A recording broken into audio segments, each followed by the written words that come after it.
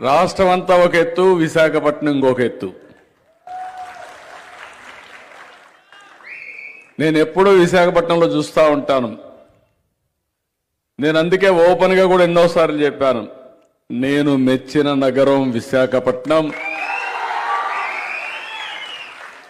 మంచి వాళ్ళు ఉండే నగరం విశాఖపట్నం. మంచి వాళ్ళు అందరూ ఉన్నారు కానీ మంచిలో ఎక్కువ మంది మంచి వాళ్ళు ఉండే నగరం విశాఖపట్నం.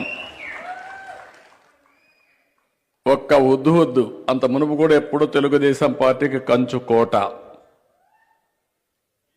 ఉద్దులో జరిగిన సంఘటన చూస్తే ఆ తర్వాత ఏ ఎన్నికలు పెట్టినా తెలుగుదేశం పార్టీ జెండా తప్ప సైకిల్ తప్ప వేరేది కనపడదు మీకు.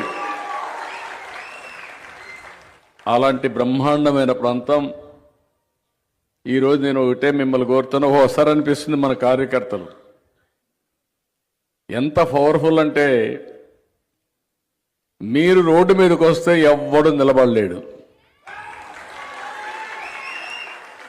అప్పుడప్పుడు నేను అధికారంలోకి వచ్చిన తర్వాత ఏదో రాష్ట్రాన్ని బాగు చేసేయాలని రాత్రింబగళ్ళు ఒక అబ్సెషన్తో పనిచేయడం మొదలుపెట్టినప్పుడు మీలో అలకొస్తుంది.